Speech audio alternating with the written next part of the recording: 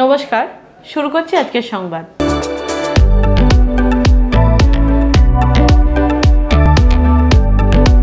ছাত্রছাত্রীদের কাছে বিষয়টি অত্যন্ত গুরুত্বপূর্ণ।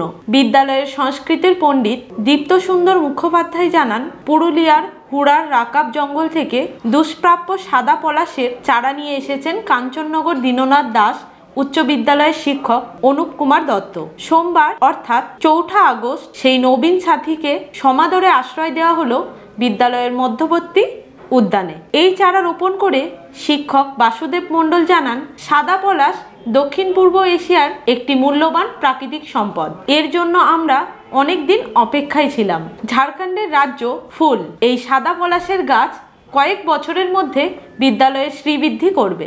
দেশে বিদেশে উদ্ভিদবিদ্যায় বহু গবেষণাপত্রের লেখক তথা বিদ্যালয়ের প্রধান শিক্ষক ডক্টর সুভাষচন্দ্র দত্ত বলেন, ফ্লেম অফ দ্য ফরেস্ট নামে প্রসিদ্ধ এই সাদা পলাশ ঔষধি হিসাবে আয়ুর্বেদে মান্যতা প্রাপ্ত। ক্যান্সারের ওষুধ তৈরির উপাদান সমৃদ্ধ এই গাছ সংরক্ষণের জন্য বন দপ্তর চেষ্টা চালাচ্ছে দীর্ঘদিন। আমরা এই গাছ বিদ্যালয়ে বসাতে পেরে সত্যিই আনন্দিত। এই চারা অবশ্যই বাঁচিয়ে রাখার চেষ্টা করা হবে। এটি আমাদের সকলের কাছেই অত্যন্ত মূল্যবান সম্পদ।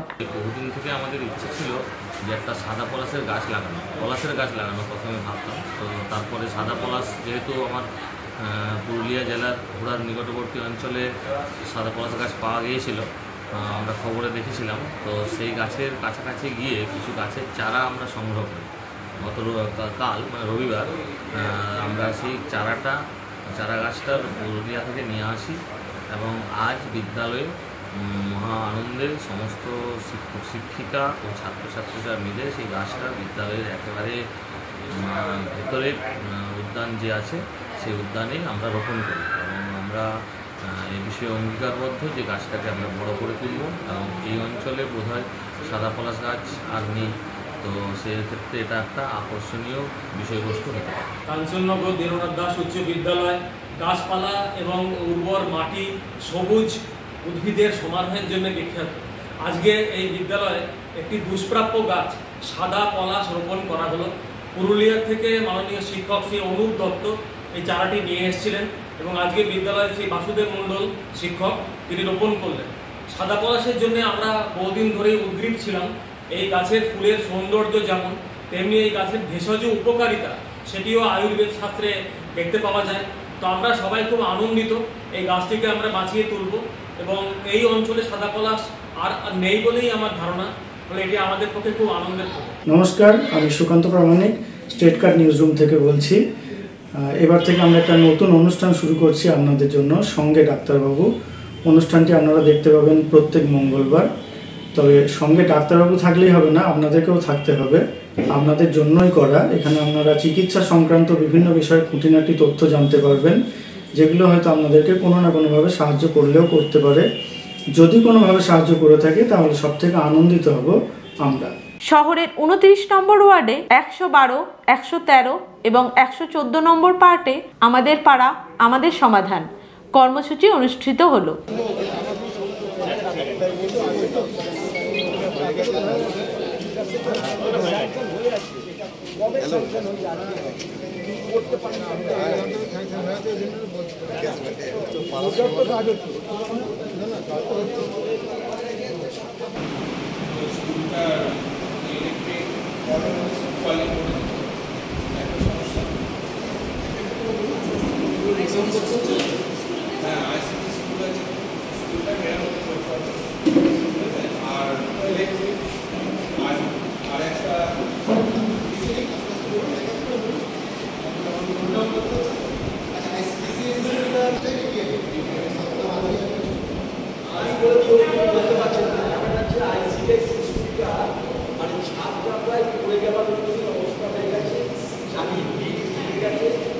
মমতা বন্দ্যোপাধ্যায়ের এটি একটি স্বপ্নের প্রকল্প বলে উল্লেখ করেন 29 নম্বর ওয়ার্ডের কাউন্সিলর সুশান্ত প্রামাণিক। তিনি বলেন, এই ধরনের কর্মসূচির মধ্য দিয়ে ওয়ার্ডের মানুষের বিভিন্ন সমস্যা ও চাহিদার বিষয়গুলি সম্পর্কে জানা যাবে।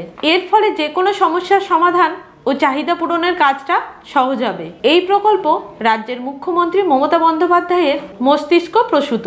এই কর্মসূচিতে ওয়ার্ডের নাগরিকদের অংশগ্রহণের বিষয়ে তাদের সচেতন করা হচ্ছে। এই দিনের এই অনুষ্ঠানে উপস্থিত ছিলেন মহকুমা শাসক দপ্তরের দায়িত্বপ্রাপ্ত অফিসার শ্যামল রায়, বর্ধমান পৌরসভা সচিব জয়রঞ্জন সেন, বর্ধমান শহর তৃণমূল কংগ্রেসের সভাপতি তন্ময় সিংহ রায় প্রমুখ। 29 নম্বর ওয়ার্ডের একটি বেসরকারি ভবনে এই কর্মসূচির আয়োজন করা হয়। জয়রঞ্জন সেন বলেন, এই কর্মসূচির মধ্য দিয়ে শহরের বিভিন্ন ওয়ার্ডের মানুষের চাহিদা পূরণ ও সমস্যার সমাধান অনেকটাই দ্রুত করা যাবে। ওয়ার্ডের মানুষদেরও তাদের চাহিদার কথা শিবিরে এসে জানাতে হবে। তন্ময় সিংহ রায় বলেন, মুখ্যমন্ত্রীর এটি একটি স্বপ্নের প্রকল্প।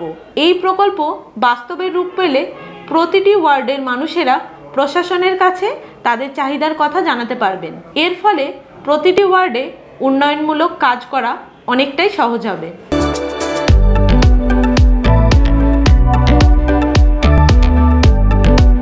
রাজ্যের প্রতিটি জেলাতে রাজ্য সরকারের পক্ষ থেকে আমাদের পাড়া আমাদের সমাধান এই কর্মসূচি শুরু হয়েছে। 2রা আগস্ট এই কর্মসূচির সূত্রপাত হয়। সারা রাজ্যের সঙ্গে পূর্ব বর্ধমান জেলাতেও এই কর্মসূচি চলছে। পূর্ব বর্ধমান জেলার রায়না 2 নম্বর ব্লকে আমাদের পাড়া আমাদের সমাধান এই প্রকল্পকে বাস্তবায়িত করার কাজ শুরু হয়েছে বলে জানালেন ব্লক তৃণমূল কংগ্রেসের সভাপতি সৈয়দ কলিমুদ্দিন। এই জিনিসগুলো তার মধ্যে এই যে লিস্ট করে দেওয়া আছে, এই যে 14টা আছে, আরও 15-16টা আছে, এই 16টার মধ্যে ক্রাইটেরিয়াগুলোর মধ্যে যেগুলো করবে তার মধ্যে পাইপের লিস্ট তৈরি হবে, যে সেইটা যদি সরকার টাকা দেবে, আবার যেগুলো বাকি থাকে পরবর্তীতে সেগুলো হবে। এই জন্য এই যে নিবিড় সম্পর্কটা, যেটা ব্যক্তিগত কাজ আছে, যে সেই বার্ধক্য ভাতা কি বিধবা ভাতা করবে, তার মধ্যে একটা পাইপের লিস্ট তৈরি হবে। পরবর্তীতে যেগুলো বাকি হবে সেগুলো সরকারের পাঠানো হবে, এগুলো আবার কিছু টাকা দেবে। এই যে সরকারের সঙ্গে নিবিড় সম্পর্কটা করার জন্যই কিন্তু এই পাড়ায় সমাধান।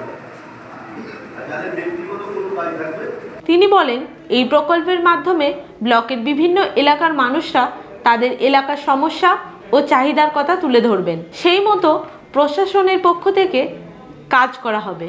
মানুষের চাহিদার কথা বিবেচনা করে বিভিন্ন এলাকায় অগ্রাধিকারের ভিত্তিতে কাজ হবে।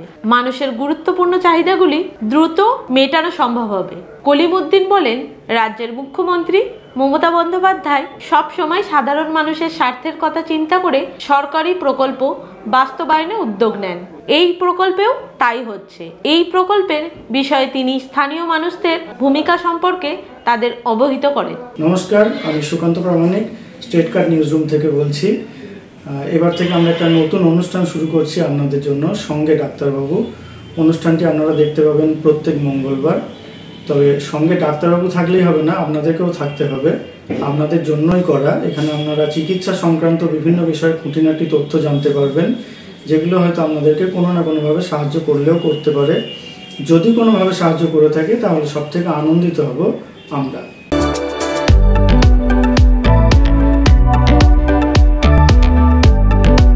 আজকের সংবাদ এই পর্যন্তই।